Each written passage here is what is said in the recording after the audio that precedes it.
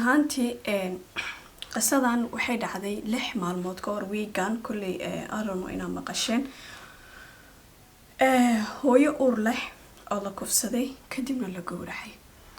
waxaad igula culowday hodan adi qisooyinka shala ugu dambeysay commentiyadiina hadda arkayay qisooyinka Soomaaliya maxaa u soo bandhigi laadahay ma ka faanaysa miskila weyn tahay ajaanibta ma jeceshahay tan oo kale wax lagu farxamiya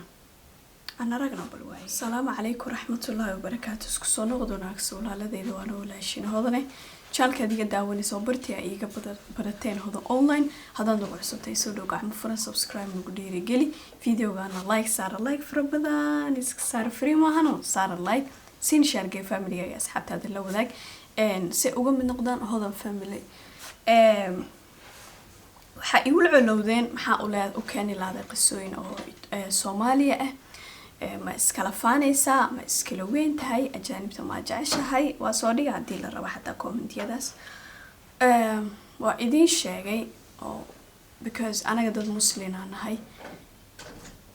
حدي وح وناكسن لتبينايو وحنجعل هاي نقولي أنا قدد سومالي كوميونيتي هدانا وح وناكس إنا تبيا كجعل هاي هدي أم وحكا صوبندقا يدلكي سومالي وحجعل هاي وحيابا بوزيتيف كهين هاك صوبندقو بل قصدا waa tii ugu horeysay ma waa tii ugu dambeysay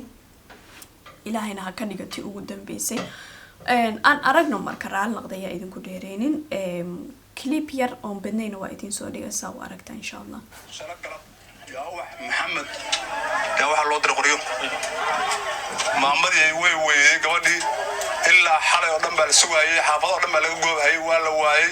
wiil gabadha qabay oo waan dhalay baa soo wacay aaba gabadha waa la waayay waxaan baadi goobay maamadii hooyadeed ahayd baan wacay maamadii hooyadeed baan u tagay meeshaas ay ugu dambeysay bay tiri oo halkaas ay ugu wardambeysay meeshii ay raadkeeda uga soo laabatay baan tagnay markaan raadkeedaan qaaday gabadhii waxaan u tagay meyd ah oo la isticmaalay oo buumihii meel yaallo ayadii diraceeda iyo googuradeeda halka u saaran yihiin sheegadana uu ka bileeyay doonta uu ka bileeyay meel walba torriyo uga yaalaan meed bayna ahayd saas wax u dhaceen oo wax Allah u naxariisto ciidamo boolis ah yimid oo soo qaaday aniguna ninka raadkiisa qaaday waxaan ahay Cabdullaahi Aadan Baalle marxuumka dhintay Ubax Maxamed Yaxye walaashay weeye in adeertay aabahaygii labaad baa dhalay shalay galab baa guri xaafadeed waxaa looga diray xaabo xalay waa la kala dibooday shil baa la kulmay dadkii ehelada ahaa iyo hooyadeed iyo xaafadihii way waayeen ehelada ka sarreysa kama aysan warqabin saakay baa la isku soo baxay gabadhii waa la raad qaaday xaabadii ay wadatay iyo meydkeedii baa isku meel loogu tagay way qaawanayd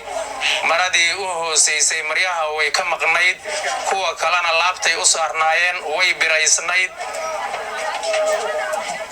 hooyadeed uur bay ku sheegtay 3 bilood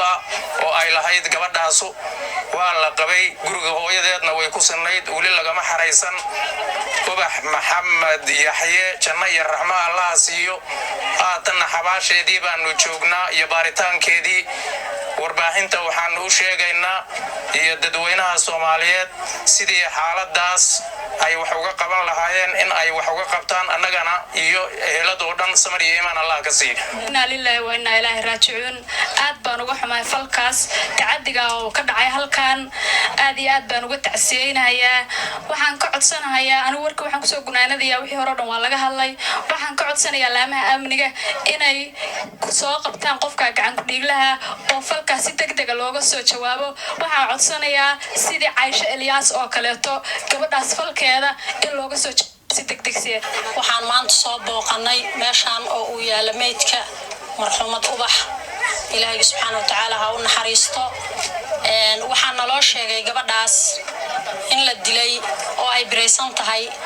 kufsina loo geystay inkastoo xaqiijintii wali la wada iyo baaritaanadii laamaha amniguna ay ku raad joogaan qofkii dhibaatadaas geystay oo aan wali hadda gacanta lagu haynin sida naloo sheegay marka waan ka tacsiideynaa geerida naxdinta leh oo gabadhaas ku timid inna lillahi wa inna ilayhi raaji'uun waxay ahayd hooyo uur leh oo da'deeduna ay aad u yarayd oo naloogu sheegay inay 17 jir ahayd dhibaatadaas ayaa meeshan ka dhacday waa deegaanka la yiraahdo bali labaad oo degmada Cawda ka tirsan ayay dhibaatadaas ka dhacday sida naloo sheegay shalay galab ayaa gabadhaas la waayay sida xogteedana la siiyay oo qoryo loo diray kadib saakayna meydkeeda in la helay ayaa naloo xaqiijiyay oo hadda si dadkii aan maaragtay waraysiyada aan ka qaadnay la wadaageen dadka kale waxaan u sheegaynaa arintaas arin laga qaadan karo waxyaalaha xeer hoosaadka iyo odayaasha iyo lagu xalliyo inaysan ahayn gabar xaamila oo inta la dilay haddana la gowracay waxaan leenahay cadaaladda la waafajiyo cidii falkaas ka dambeysay waa in cadaaladda la waafajiyo oo hadii la qabto cadaaladda la marsiyo annaga ka wasaarad ahaan haddana wasaaradda haweenka iyo horumarinta xuquuqul insaanka dowlad goboleedka Galmudug oo aan wasiir ku xigeenkeedii ahay oo aan maanta ku suganahay goobtii uu falku ka dhacay waxaan cambaareynaa falkaas foosha xun. Everybody needs a little yoga in their life. bal ilaahay ba idinku dhaarshay waxaasoo kalan soo bandhigi karnaa waa qof dumar ah oo xaamil ah yani waa la qabaa koo meheraa ku xiran xariga ahaayo xaamila waay labadaas xarigii oo nikaaxa ah iyo xaamilanimadeedii qof ay celin waayeen oo ku dhiiraday inuu wax anshaxumo ah ku sameeyo oo ku dhiiraday inuu nafta dhaafiyo weliba meydkeedii ayadoo qaawan ka tago war dhulku yuu idinla go'in dhulku idinla xadreeyey dhulka ila idinla xadreey nahaantii qisooyinka wadamada kale ee soo bandhigayo ayagaba humanity waaye oo dad muslim iyo gaalba isugu jiro waa ka naxaa laakiin xanuun ma dareemo laakiin markaa maqlo gabar Soomaali waliba gabar waay waxa dhibka la geysanayo maqlo xanuunan dareemo yani waa dad muslimnimo ku dhashay oo diin la baray weeyaan waxa gabar la qabo oo xaamile ah kor iyo hoosba ka gowraca lagu leeyahay dhulka kula xadrey dhulka lagu la jiro ma neef baa qofku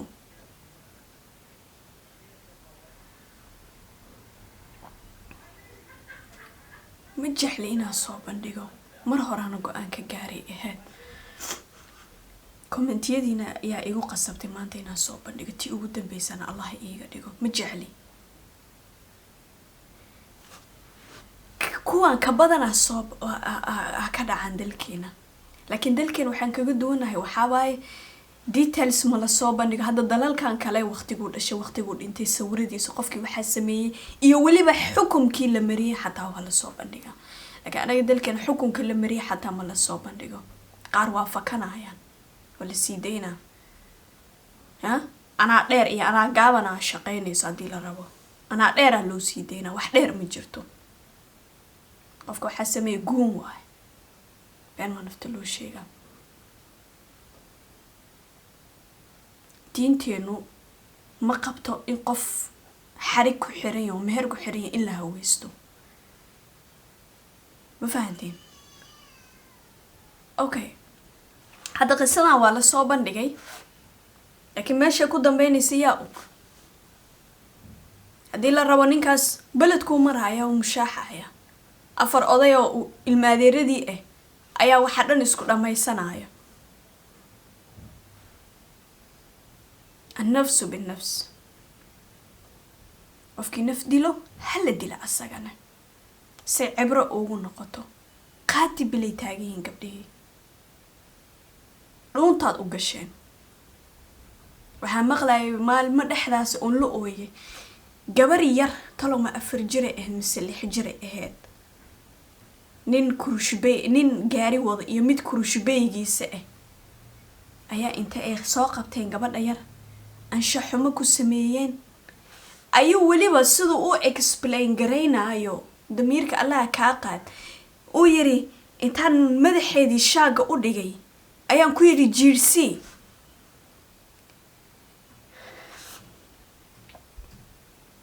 سبحان الله حسبي الله ونعم الوكيل كلمة كوين مجرتو كلمة هاس كوين مجرتو حسبي الله ونعم الوكيل فيكم نين والبا أو قبل مسكين سحو نفط أودها فيه حسبي الله ونعم الوكيل الدنيا وابا كاغا ماتي آخرنا من اللي بانيسيد إلى يوم الدين كادو دي جيجي سلسلة عمل قارتو إيكو قصورانتها يوم الدين كاللغو كينا نارتي حركها إن لغو هاي الدين تينو شاكتا كتاب كان لغو شاكي إلهي مركو نو هاي إناف مياه فهل من مزيد تيديسي زمهريرا الله إذن كفاقيو انتاسا اوغا بحا إلهينا دالكنا مدها نوغا ديغو قبلها مساكين تا اهني اللغو مقان يهيني الله أمقان غير إذن دافي